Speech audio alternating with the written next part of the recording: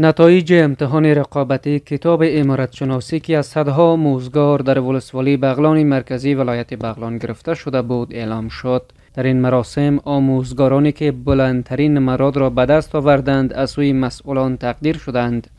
مسئولان معارف ولایت بغلان در برنامه اعلام نتایج این مسابقه وعده سپردند که برای اصلاح تبلیغات منفی که در برابر آموزگاران و دانش آموزان در دوران اشغال به وجود آمده بود تلاش بیشتر خواهند کرد.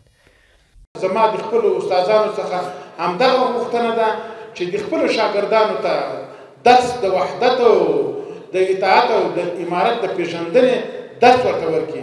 هغه بحثونه او بې ځایه ویناوې چې په حجرو کې یا د تلویزیونونو په باندې به زموږ ستاسو د مسلمانانو ذهنونه خرابول، نن الحمدلله ټول مسلمانان په دې باندې ښه پوه سوي دي.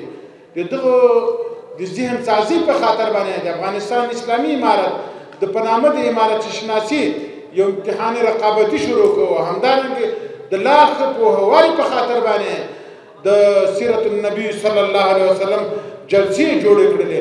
دا د دې په خاطر باندې چې دغه د حق وینا د هر چا تر غوږه پورې ورسېږي.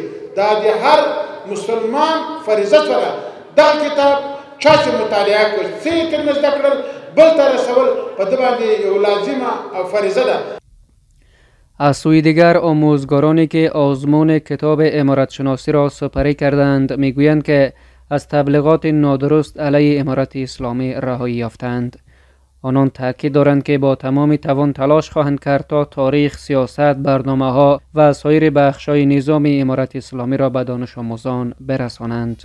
کتاب بسیار برای ما آموزنده بود. این کتاب تقریبا از 3 دفعه مطالعه کردم تا آخر و بالاخره این مسائل جنگ‌های داخلی تا بالا دیگه امارت اسلامی دیگه باطلا پیروز شد و این مردم به خاطر قدرت و یک کله دیگه می‌زدن بالاخره حق پیروز میشه. به خاطر بسیار آموزنده بود. اشغال اینمی خانه جنگی بود که دیگر د امتحان موږ هم راضی است او شفافه پروسه و موږ پکې ګډون کوو.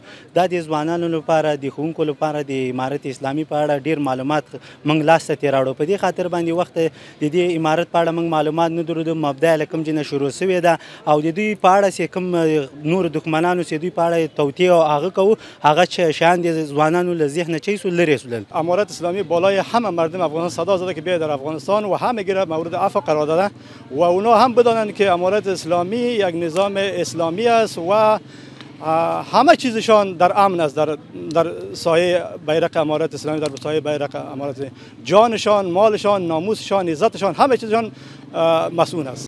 در پایان این برنامه 10 آموزگاری که در این امتحان نمرات بلند را کسب کرده بودند جوایز مادی و معنوی مانند کامپیوتر، موبایل های هوشمند، ساعت، لباس و دیگر هدایا به دست آوردند. محمد احمدی، هریت نیوز، ولایت بغلان.